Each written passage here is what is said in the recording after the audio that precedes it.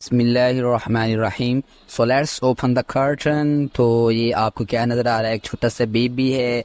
पीछे ये शेफ आपको नज़र आ रहा है जो कि अंडा फ्राई कर रहा है। तो अंडे से इसकी योग आपको नज़र आ रही है। Yolk sac tumour, I think you are not gonna forget it again. ठीक है, सबसे पहले तो आपको टॉपिक को याद करना। रिवाइंड जब करेंगे आपको ज़हन में, जब ये अंडा आएगा तो अब योग सैक ट्यूमर याद कर लेंगे। आई थिंक बाकी चीज़ें आपको याद रह जाएंगी। और ये बच्चे की एज आपको कितनी लग रही है? 1 साल, 1.5 साल, 1.5 से ज़्यादा नहीं, मीन 3 ईयर से लेस। तो 3 साल से कम बच्चों में होता है ये। अगर सिनेरियो में वो एज तो जारी बात देगा तो बच्चा इतने साल का। ठीक है, तो अब हम इसके ग्रॉस देखते हैं। तो ग्रॉस में ये एग जो है, ये सारे ग्रॉस को ज़्यादा कितना बड़ा आपको ये नज़र आ रहा है। ठीक है, जो अंडा फ्राई कर रहा है। और दूसरा ये इसके डिमार्केशन आपको दिखाई गई, ठीक है, वेल डिमार्केटेड। इसके मार्जिन आपको अच्छे से नजर आ रहे हैं, अलग हैं, ठीक है, पूरे। तो वेल डिमार्केटेड। उसके बाद माइक्रोस्कोपिक फीचर्स, उसमें हम सबसे पहले क्या देखते हैं? माइक्रोस्कोपिक सेल की फीचर्स ही देखते हैं ना, तो वही हम देखेंगे। ठीक है, तो इसमें क्या ये आपको शेल्फ नजर आ रही है, ठीक है, राइट साइड पे ये देखें। तो इसके 3 कॉलम्स हैं, ठीक है। तो उसमें क्यूब्स पड़े हुए हैं डिफरेंट कलर्स के। सबसे पहले कॉलम में आपको ब्लू कलर का क्यूब, फिर orange, and then the pink कह लें या पिंक कह लें। ये 3 कलर के क्यूब हैं इन कॉलम, ठीक है।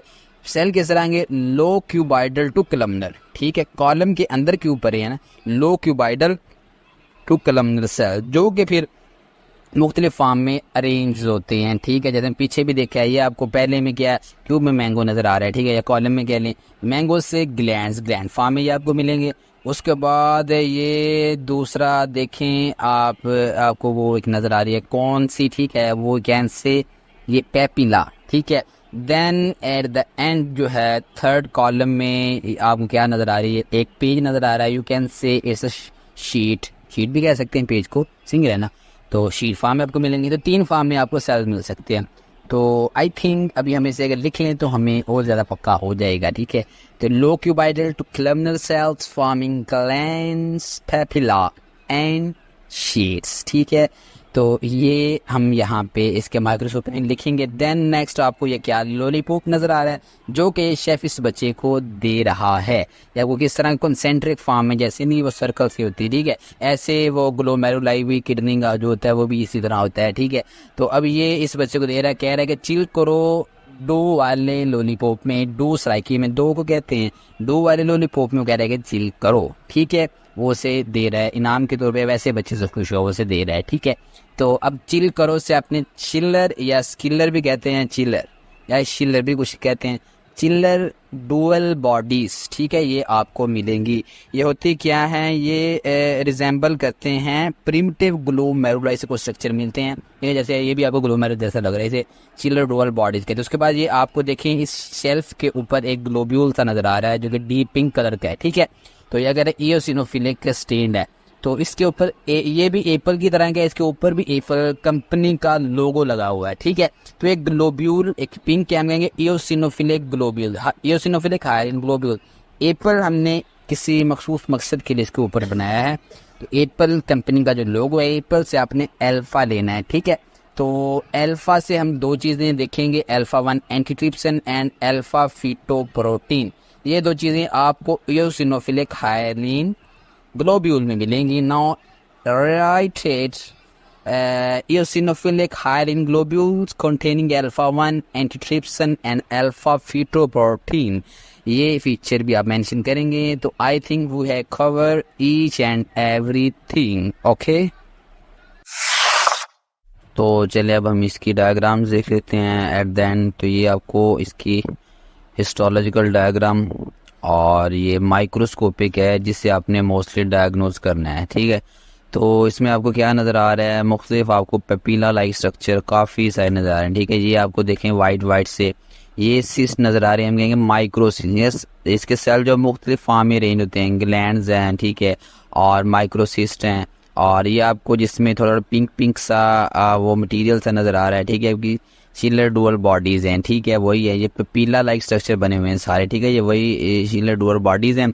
तो इससे आपने मेनली इसकी डायग्नोज बनानी है। इसके अलावा आपको ये पेपिला लाइक स्ट्रक्चर जो नज़र आ रहे हैं, ठीक है, इसमें क्यूबाइडल टू कलमनर सेल जो हैं वो लाइंड उन्होंने किया हुआ है। ठीक है, ये भी हमने इसकी उसमें देखा था पीछे।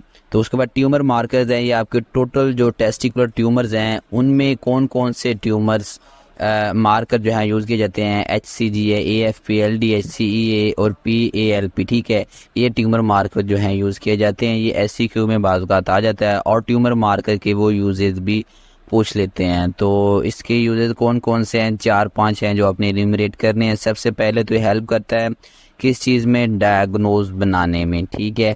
उसके बाद हमने ट्यूमर को जो थेरापी दे रहे हैं उसका रिस्पॉन्स चेक करना होता है, उसके लिए भी ट्यूमर हम मार्कर यूज़ करते हैं। तो LDH जो है मोस्टली ट्यूमर का बर्डन जो है वो चेक करने के लिए यूज़ करते हैं। और देन हम स्टेजिंग ऑफ ट्यूमर के लिए भी ट्यूमर मार्कर्स को यूज़ कर लेते हैं, ठीक है। उसके बाद 1-2 आपको फीचर बताने जा रहे हैं जो कि इम्पोर्टेंट है। सेमिनोमा जो हैं ये मोस्टली टेस्टिस तक ही कन्फाइंड रहते हैं एक लंबे अरसे तक। उसके बाद अगर ये स्प्रेड करें तो mainly para aortic lymph nodes में स्प्रेड करते हैं और डिस्टेंट स्प्रेड इनमें बहुत रेयर है।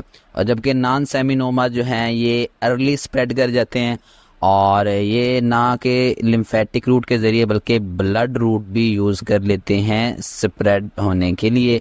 तो ये कुछ फीचर्स थे सेमिनोमाज और नॉन सेमिनोमाज के डिफ्रेंशिएशन के। और अभी टेस्टिकुलर कार्सिनोमा की स्टेजिंग रहती है। तो टेस्टिकुलर कार्सिनोमा की स्टेजिंग वही हर जितने भी कार्सिनोमा किसी भी उसकी 4 स्टेजिंग मोस्टली ठीक होती हैं। तो किसी की 1 से शुरू होती हैं, किसी की 0 से शुरू होती हैं। तो ये 0 से शुरू हो रही है, ठीक है। मीन 0 है तो कार्सिनोमा इन सिटू है, अगर 1 है तो लिमिटेड टू टेस्टिस, ठीक है। उसके अंदर एपिडेडिमस है और स्पर्मेटिक कॉर्ड है, ठीक है। यहाँ तक ही यानी आप जेनिटल ऑर्गन तक ये कन्फाइंड रहती है। और स्टेज 2 अगर हो तो वो बियॉन्ड टेस्टिस, वो नोड्स इन्वॉल्व कर लेती है आपके पेरिटोनियम के जितने भी है डायफ्राम से नीचे। और स्टेज 3 वो है जब डायफ्राम से ऊपर, ठीक है। आपने सीधा याद रखना है। तो यहाँ पर आपके जो कह लेंगे टेस्टिकुलर कार्सिनोमा जो हैं वो एंड होते हैं।